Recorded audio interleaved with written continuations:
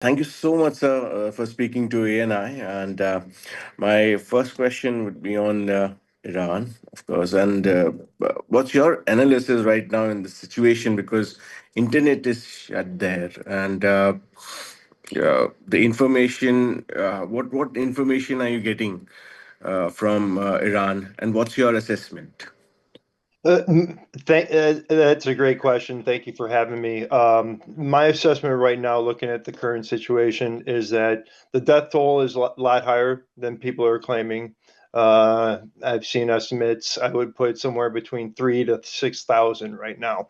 From what I'm hearing from people inside Iran that are able to get messages out, is that the repression is getting even more violent as the protest, but it's not diminishing the people. They are still coming out in the streets, in large numbers against the regime. There have been, I would say, you know, there's been a few defections. About as of last night, I've heard about 5 or 6 defections coming from the IRGC.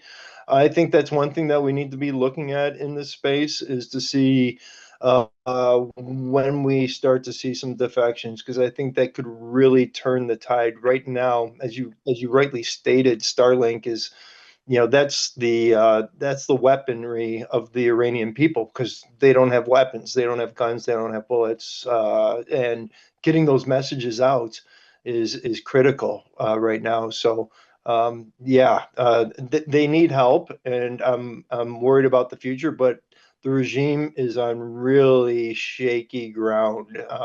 This has been coming for a while. This is not the first protest which has taken place. What makes this protest different from the previous ones? Well, yeah, it's a great question. Very, very interesting. So if you look at the country, if I look at Iran, right around December 2017, the protests took on a really different nature. They're in rural areas. Usually they're centered in large cities such as Tehran, the capital, or Mashhad. But they started in rural areas, and they would just pop up. So it seemed like as though there was communication, and it didn't really turn into a large scale like revolt until 2019, when they raised the gas prices on a Friday. They shut down the internet, killed 1,500 people in the process. That's when you started to see everybody become politically charged, not just inside Iran, but outside Iran. You have the Masa Amini murder in 2022. That, was another escalation. The regime's way of dealing with that round of protests was much different. They took the long game and tried to slowly try and, it was still brutality, but not on the mass scale and not complete shutting down of the internet.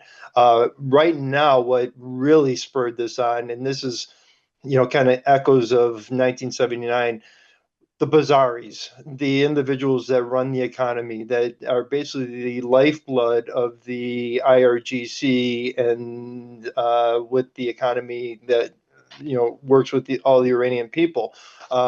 They rose up, and when the bazaris rise up, that's why everybody said it was economic issues. It was focused on economics. Well, no, it was that economic sector, that economic group rose up, which has, I would say, considerable political and obviously economic influence on the country. So that's the one that really, when they rose up, many people said after the 12-day war, or conflict, whatever you want to call it, why didn't they rise up then? Well, because the security apparatus was there. Well, the security apparatus is still there. It's weakened to a degree, but now it seems like the entire country is mobilized against this regime. US President Trump has also posted on his social media handle Truth Social. He said, "Effective immediately. Any country doing business with Islamic Republic of Iran will pay a tariff of 25% on any or all businesses being done with the United States of America.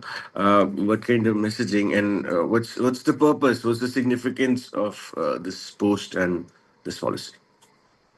Yeah, it kind of fits in with his maximum pressure campaign that he really instituted in 2018, ran to 2020, and then picked back up. It's kind of tightening the economic screws on the Islamic Republic, but I would say there's other ways of doing that. I think tariffs, it's putting it out there. It's saying, the Islamic Republic's on notice. Countries that do business with them, you're on notice as well.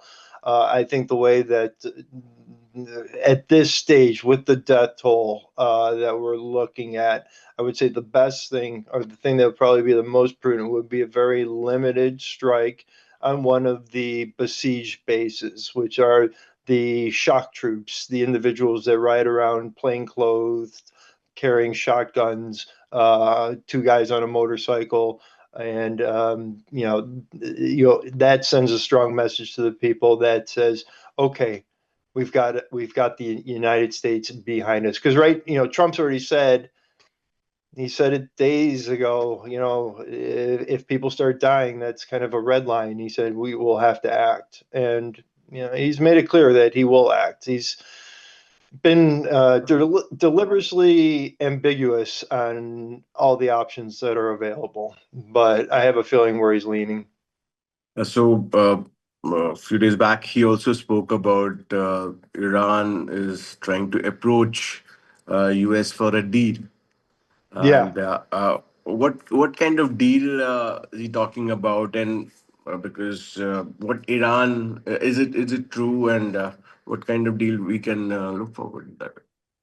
Well, yeah, supposedly there has been some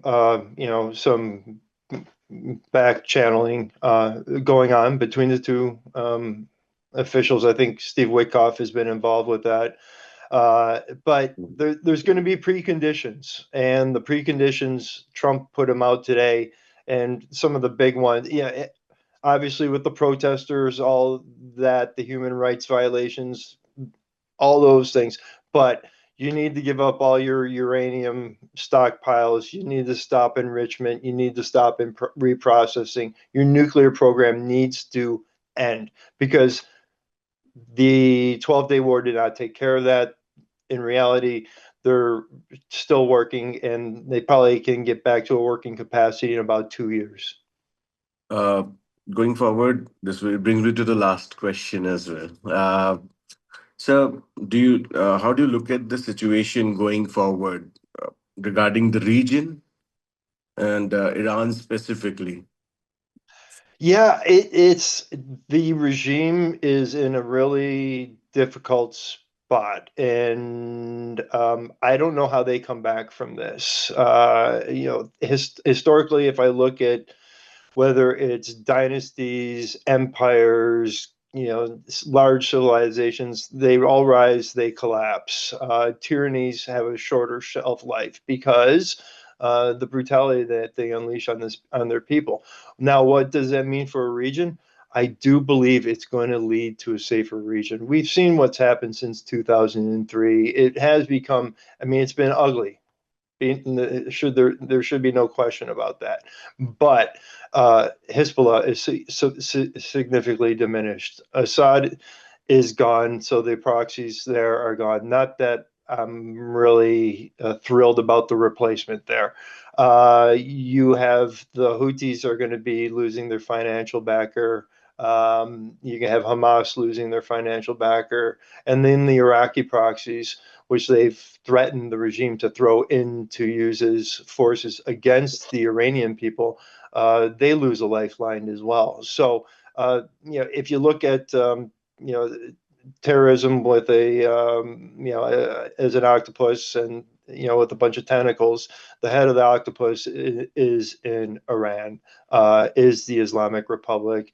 And, before 1979, you did not see people driving car bombs into buildings and blowing them up. It's they've spread an ideology that's looks to sow chaos and then fill the vacuum, and that's been their game plan. Thank you so much, Adrian sir, for your time and your Oh, of course. assessment. Thank you. Yes, anytime, anytime.